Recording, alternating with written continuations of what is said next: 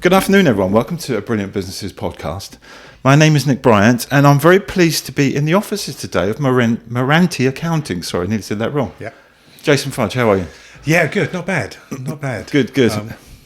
Yeah, looking forward to it. It's Thursday to this week, so I'm off for a nice driving day tomorrow, so it's my last day of the week. So, Excellent. I'm very relaxed. Very relaxed. That's good. Perfect for a podcast. So Jason is a director here at Merranti Accounting. This is where I usually talk a little bit about the business, but I'm going to read a review out, which I read on the website this morning, which was friendly, approachable, flexible and jargon-free. I can't recommend Merranti highly enough. These guys are not your usual accountants. And I thought that was good because I've got to know you over the last few weeks, and you're not like a usual accountant. No, we're not. No, I know we don't want to be. No, good. Yeah, we've been going 10 years. This is our 10th year. Yeah. As Merranti Accounting, and for exactly what you've just said, we started Merranti Accounting because originally I was me and Steve was directors of a property company. Right. Come 2009, 10, obviously the world changed. Yeah. But we actually managed to save this property company. Okay. And it was, quite a large entity. We were just directors, not shareholders. And so, for example, the company owed one bank 400 million. Wow. It was that kind of size. Right. Okay. And then we both parted from that. Feeling quite happy with ourselves. Steve went off to stay in property. So you recovered it, the bank got paid off, everything went, wow. Yeah, we weren't shareholders. It was a company of 100 people, and we took it down to 7 in one office, and we did some really creative ideas of what to do with the properties and everything else. So they were happy with that. You'd think. One of those, okay. Yeah, it was one of those. So we then moved on, and I thought I'd have 6 months off. Yeah. And then I started getting phone calls from banks and other property companies saying, well, you just sort that. Can you come sort this out for us? Right, okay. And so that's what I did for 3 years. I started Merranti for no other reason than just to go and save companies, turn them around, primarily in property. Right. One of the biggest issues I had when I was turning the company around was when you're looking at all the figures, the accountants didn't really understand the concepts of the property, and most accountants didn't understand the concept of business, to be honest with you. All right. And I was in the accountant solicitor's office probably every other day with what we were doing. And it got to 2013, and me and Steve bump into each other. And I said, the biggest problem I have is I can't find a good accountant who understands what they're doing. So that conversation led to Merranti Accounting starting, merging with consulting. Right. And, we made it kind of a premise from day one that we aren't going to be that accountant. And when we do get near to being that accountant, I'm going to pull it back. Yeah, right. Okay. We need to be a client's accountant. Okay. We need to work for the client, with the client, and think differently. And that's how the business has rolled on. Okay. And that was started 2014? Yeah, February 2014. Okay. It was started April 2014. So, right. And you've got a few branches now. Yeah, so we bought, 5 or 6 years ago, we bought a company in Brighton. Yeah. So we've got an office down there. That's still going well. Okay. And then 2022, we bought an office in Causden. Right. Which came to staff. 6 weeks later, we then picked up another deal, which, much to my business partner's dismay of me walking and going, I've got another one. So we bought another one 6 weeks later. For the last couple of years, we've been amalgamating all those. So and now we're down to Caterham, Redhill, East Grinstead and Brighton. Fantastic. We've probably got 20 people in total, which is, as the business has grown, the people haven't because of all the systems that are in place. But I suppose why are we different? We sit down, talk to our clients, and it's an individual bespoke conversation. Yeah. And it has to be, though, doesn't it? Because every business is different. Oh, I don't know. But some accountants don't look at it that way. They, this is the way you do things. But accountants run their business for themselves. Yeah. That's the difference. Okay. Why wouldn't you? If you're a landscaper, you're going to run the business based on what is it and how you want to do it. I've always taken the client's position. And even when we have meetings, I literally will talk to all the accountants, bookkeepers for and on behalf of the client and translate for the client. Right. I sit there and think, what do I want from my accountant as the client? If this was your business. That's our job. Yeah, okay. Not sit there and create a process where we can automate everything, make everything impersonal, and send you your accounts out and say, there you go. Yeah. Every time we have a conversation with a client, we can save them tax. Yeah. So we now have pre-meetings with all clients before we start their accounts. Right. We then have a meeting after, and I guarantee you will, for that pre-meeting, that's where we will save them tax. Okay. We now have introduced 6 monthly meeting. Right. Okay. So our clients have got to meet us in the middle of the year. Yeah. There's no point talking about last year; it's gone. Yeah. Why don't we talk about this year in the middle? Yeah. Or even towards the 9-month mark. And that way, if you've had a good year, we can see the figures and we can say, well, why not do this? Yeah. We can save some tax, or why not save some money on some costs there? We can make a difference to that business in that day. Yeah. If there's no point having the meeting a month after the end of the year and saying, well, why did you do that? And the client's sitting there thinking, well, you're my accountant. Why didn't you tell me to do Yes. Yeah. So the whole thing is communication. Yeah, and you mentioned earlier that you quite often you're the guy that goes in there and holds them accountable for doing or not doing something. Yeah, so I have a lot of monthly meetings with clients, sit on a few boards, and I meet quarterlies. And there's definitely a format we use. We're not there to keep you as a client and tell you what you want to hear. We're there to, bully is probably a strong word, but we're there to help you set targets and budgets and then help you maintain those. Yeah. And then every month, the idea is to set some targets of how we're going to get to where you want to be. Yeah. Not everyone wants to grow a business. No, okay. They just want to create a profitable business, have an easy life. Some people want to take over the world. It's important to find out what the objective of the client is. Yeah. And put the plan in place for that objective. Right, okay. Yeah. Not to do what the accountant thinks you should do. Yeah, I guess that a lot of people fall into that trap because there's no communication. No. The accountant just thinks this is a business and it's probably want to grow, but some businesses don't want to grow. They just want to be happy where they are. That's a really, really interesting point. So when someone comes to you and says, look, I've got this business, you're going to sit them down and just get absolutely everything out of them about what they want to achieve within it before you move forward. Yeah. So, I mean, look, all data is electronic now. Yeah. And if it isn't, we'll make it electronic. We are a completely cloud-based company. Yeah. We can help our clients become cloud-based if that's where they want to go. But we will analyze their data when they first come. Invariably, mostly, it's not in a place where you can get stats and figures out of it. Yeah. And so we work with them in the first few months and maybe the first year in how they're entering their financial data. Yeah. So that we can get information out the back end that will give them the answers to what they want to know. So they may, for example, have 5 branches. Okay, well, let's break those branches down and see if we can attribute cost to each one. And so we can now see which branch is making you money, which isn't. Yeah. Products. Let's break down to products and let's find out which products are making you money. Yeah. We can sit down and do a simple 12-month budget with you.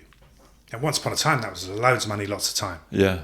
Not anymore. We've got an AI system. Yeah. Go in and grab your data, reproduce it for next year, and in 1 hour we can sit there and put some figures in. And every month we can say, right, there's your figures for this month. Yeah. There's your budget. Yeah. That's where you're at. We need to work on this. Yeah. Right. Okay. And again, that was Brilliant. Once upon a time, you'd have to be turning over millions of money to get this kind of service.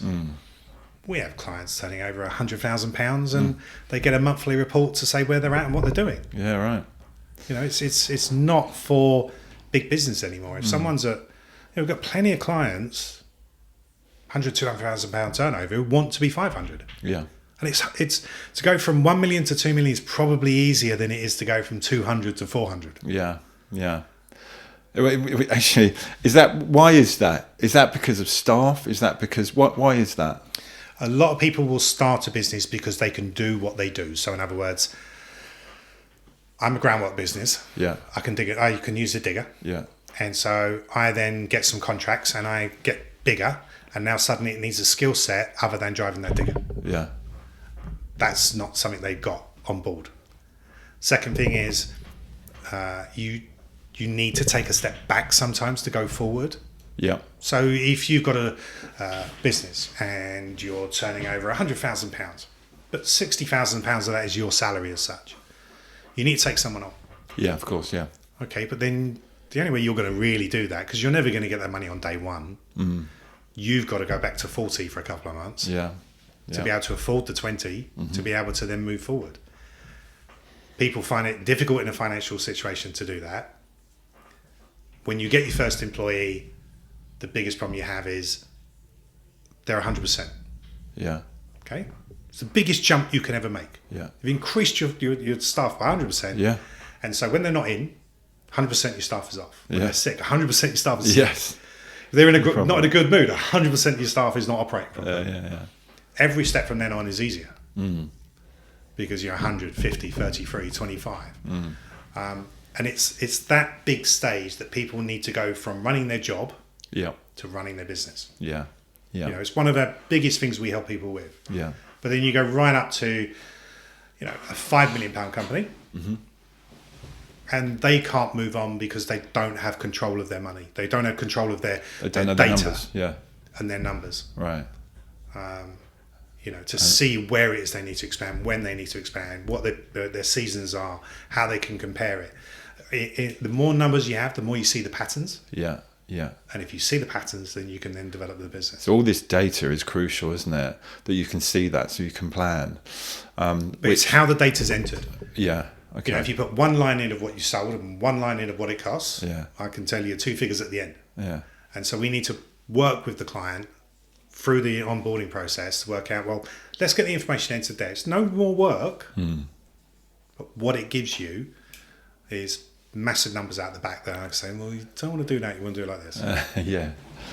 You mentioned AI there, and it sounds like that's becoming very, very a large thing that's used in accounting. Yeah, I mean, AI is the biggest buzzword. Yeah.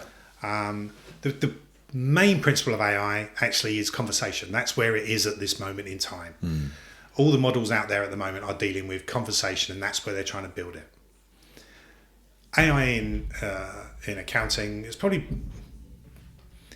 it's been around longer than you think, because AI doesn't have to exist in accounting. Accounting is just an algorithm. Yeah. You know, if it's this, then go there and put this in. Well, that's always been in Excel anyway. Yeah. Now AI is coming more and more. So in our management accounts, an AI system, if I tell it to work out this compared to this, it will give me the narrative. It won't then tell me how to apply it. No. But it will give me the narrative. Yeah. HMRC is scared of AI. Are they? Yeah, I mean, they're making some changes at the moment where to start up an accountancy business, you don't need to be qualified. Wow. Right. There's no accountant is not a protected term. So you don't have to be chartered or anything like that. That's what they're saying. No, I mean, not saying it doesn't make your life difficult to get insurance, but no, in theory, you know, whether you're a start-off bookkeeper or qualified by experience, you can use that word. Okay. HMRC are intimating now that actually that in the future is probably going to stop. Okay. And they're going to put things in place that will filter down so that you have to be a tax agent to be able to submit accounts. All right. My thought on that is one of the reasons is because you imagine if AI systems started submitting tax returns. And you could put that to an aggressive status and it claims for everything you don't want. Yeah. HMRC couldn't handle that amount of inquiries. Everyone would get pushed back because HMRC's AI system would push you back. Yeah. So, it wouldn't work, would it? It wouldn't work. Yeah, and there's a certain bank account out at the moment that says it can do corporate accounts, and I've looked at it, and the person's going to end up with a massive liability because it's just not right. Yeah, so AI in a lot of industries and things, it's there as something, but it's not completely there.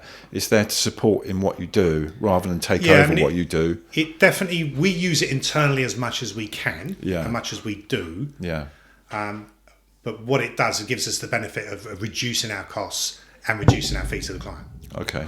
Yeah. That's how we see it. Yeah. Rather than increase our profit, we reduce the fees to the client because we then pick up more clients. Yeah. However, what it does do is it gives us more time to communicate and talk to the client and translate it. Okay. Yeah, that makes sense. Moving on to another topic, which is businesses that are struggling out there at the moment, which is pretty much hospitality, which is really struggling. What are the ones that are doing well and what are the ones that aren't doing well? And why is that? We've got well over 1,000 clients, so you kind of feel the ebbs and flows of it. And there's been this kind of pattern since COVID. So, anyone who, these are general average rules, but especially in hospitality. So 2021 obviously killed the hospitality. Yeah. They came out the other end, and then they've had 21, 22, possibly 23 have been good years because everyone's just burst back out on the scene. Yeah. In the last... It's beginning to change. Yeah, last 18 months, everything's crashed. So not only have you now got to deal with the tax payments from when it was good, in a year that, no one saves their tax money. It's always spent out the previous next year. That's good to hear. No, but, HMRC have this idea that it is, but unfortunately it is always out the next year. Yeah. And so, we all know restaurants in the last 18 months have absolutely crashed their costs, the utilities. Energy, yeah. We see some clients' utilities, £10,000 a month. Jesus crikey, yeah. They just can't survive. And that means they put the costs up. We've seen a lot of clients in the restaurant business come out of it, close. Yeah. And what they've done is they've moved into either a takeaway or they've moved into a morning cafe. Right. Or just got rid of their premises and maybe just did deliveries or something like that, just to get rid of those overheads. That's a short-term stop. That never works. Okay. And, that's just a stepping stone to them closing. Going down, yeah.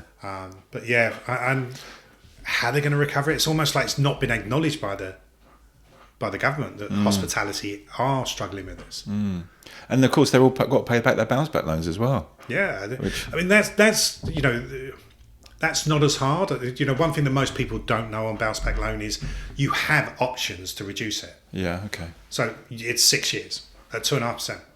Okay, you can extend it to 10, and that reduces your monthly. Yeah.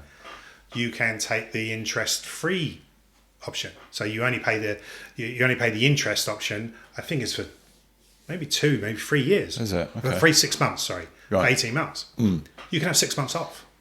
Okay. So there's are options there. On that. Yeah. So that's not the killer. No, the killer is the increase in utilities. Yeah. There was the rates on properties were secretly increased last April. Yeah.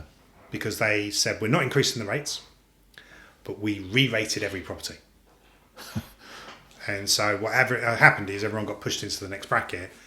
And so people that were paying 0 are now paying £5,000, and people with £5,000 are paying 10. And so it's just a secret hike. Yeah.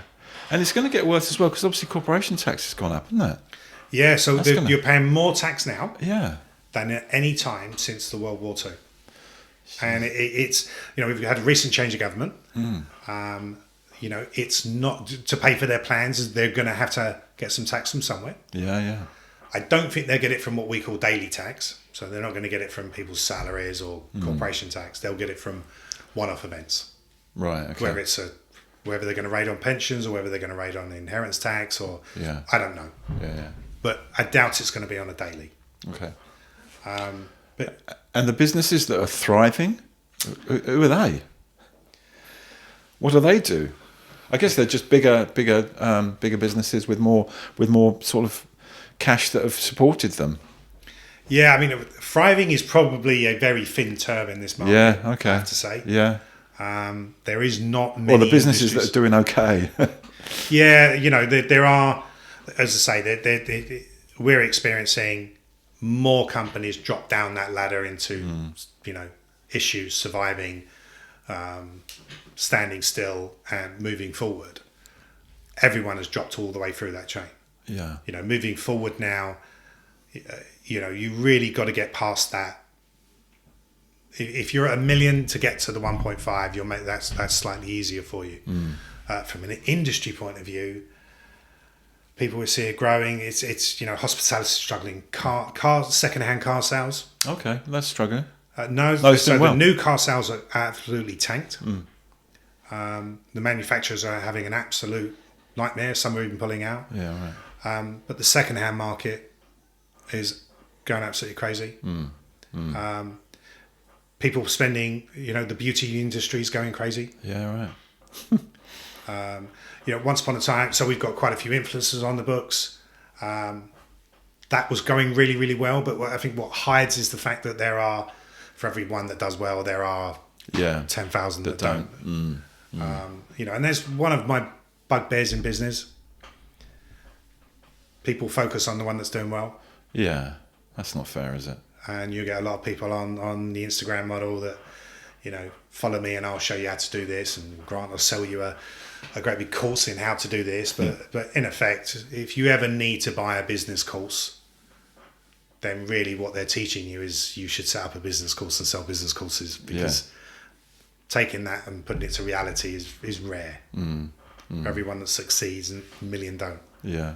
Back to industry, it's there's just not that many. Most people are surviving. It's tough out there, isn't it? It is tough. And if people are struggling, please don't worry, because it is the same for everyone, I think, as well.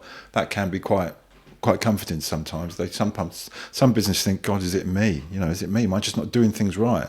But it's tough for everyone out there. And it is. And they need to remember that. Listen, talk to your accountant. Yes, of course, yeah. That's really what you need to do. Plan.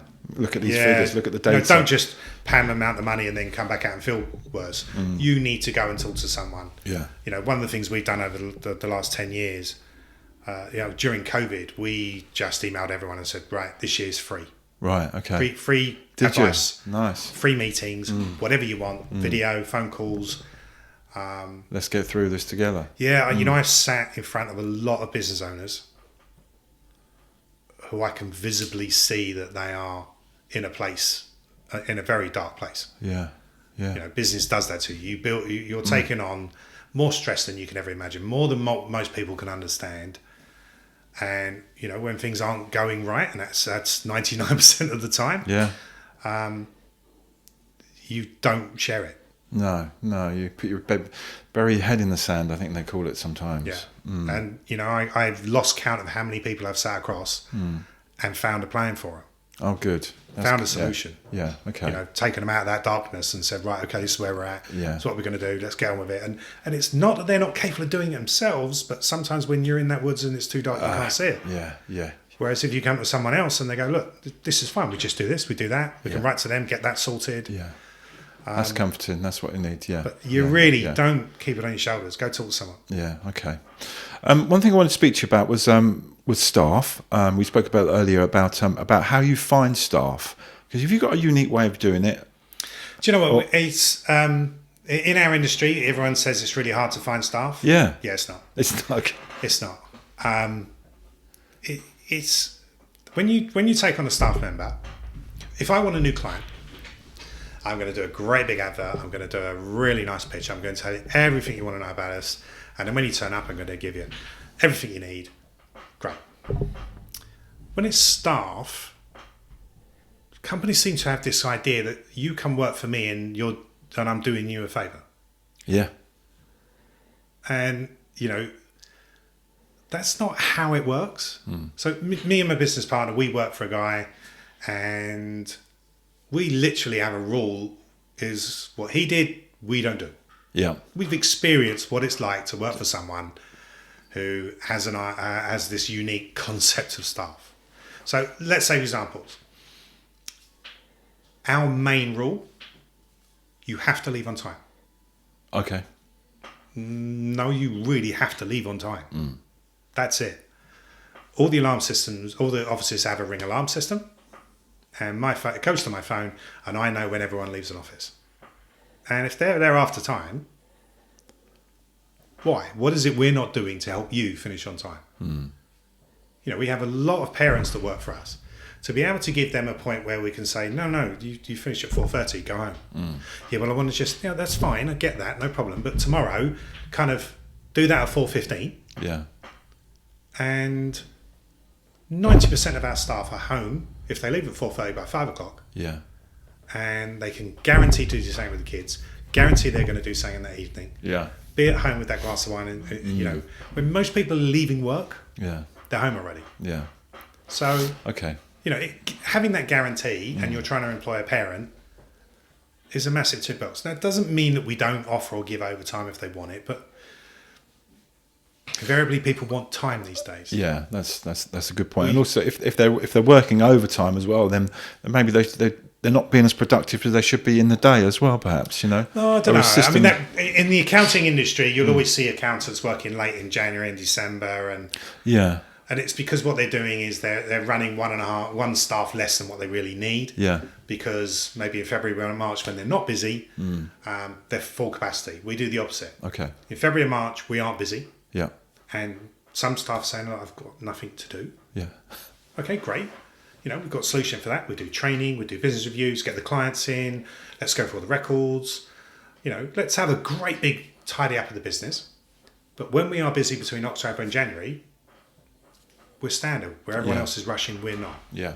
Yeah. Okay. We were finished in mid-January this year for all, the 1,000 self-assessments we do. Yeah. We're done. Yeah. Good. Yeah. The benefit of that is for 10 years, we've always said, if you're all up to date by Christmas, we'll close. Okay. Nice. The rule is everyone has to be up to date. Yeah. And what we do is we create a situation, and we plan for this from June. When we get to the beginning of December and someone maybe's run out of work or they finished what they're doing, Yeah. because they know that everybody needs to be up to date, they'll get onto our internal chat system and they'll start saying, "Does anyone need any help?" I love watching that. I love seeing it when another member of staff offers to help others. And they start helping each other on all their work. And it creates that teamwork. It creates everyone trying to help. And then we get to Christmas. Yeah, we might finish on the 23rd. Mostly we take the 22nd off because we are that up to date. Yeah, that's good. Yeah, because everyone's looking out for each other. It's quite military, actually, isn't it? It's like being in the Marines. We don't. We have no communication in the evenings. We don't have any emails sent in the evenings. If me and Steve decide that we want to work weekends and evenings, we schedule the email for the following day so we get it during the day. Yeah. Okay. People want time. It's the most important thing, isn't it? So when you do all that, in February we gave everybody a day off for mental health. Yeah. There's 2 rules. You have to tell us what it is. We'll give you £50 towards it, and we want a picture. Yeah. So that we can all put them on there and see what everyone did. Nice. Yeah. Yeah, that's really good. Well, no wonder you don't struggle finding staff. It's easy to find staff if you treat them well and you do, you have good systems in place by the sounds of things. Yeah. So that's really cool. Thanks, Jason. It's been great talking to you. I feel when I'm around you, I feel like I'm being looked after. I do. You've got that sort of fatherly sort of, which is good for businesses because they need to feel like they're being looked after and that you've got their back. And that's how I feel when I'm around you. And I think that's really important. Something we should get across. Thank you. Appreciate that. So just quickly, moving forward, what does the future hold for your business and how you're going to move forward? Are you going to get more branches or? Yeah, so I'm one of these, I have my own issues in business and that is nothing's ever enough. Yes. I'm constantly driving the business. My main job is driving numbers. Right. Okay. It is driving new business and driving revenue and driving costs down and, where we've probably increased 300% in the last 3 years. Is it? That's a big number. This year we should only grow around 28%. Right. I get disappointed at 28%. Yes, I reckon you do as well, yeah. I really do. I just feel like, no, come on, how am I going to develop this business to be more and more and more? So the answer is yes. Yes, growth. I want to buy more businesses. Yes, I want to, we're looking to open a St Albans branch in a couple of months. Okay. One thing we won't be looking at is franchises. Okay. Being a control freak and want to drive the business, it's not where I want to go. Yeah, keep it all under your wing. Yeah, it's exciting. Yeah. Really good. It's never a boring day here. Excellent. So if anyone out there needs an accountant, then please get in touch with Jason, Merranti Accounting. Website, merrantiaccounting.co.uk. Merrantiaccounting.com. Yeah, okay. They can get in touch via that. All the details will be underneath this podcast. And please just give Jason a ring. I'm sure he'll be glad to talk to you. Nick, thanks. I really appreciate it. No, it's a pleasure. Thanks again. And we'll see you all for another podcast soon. Thank you.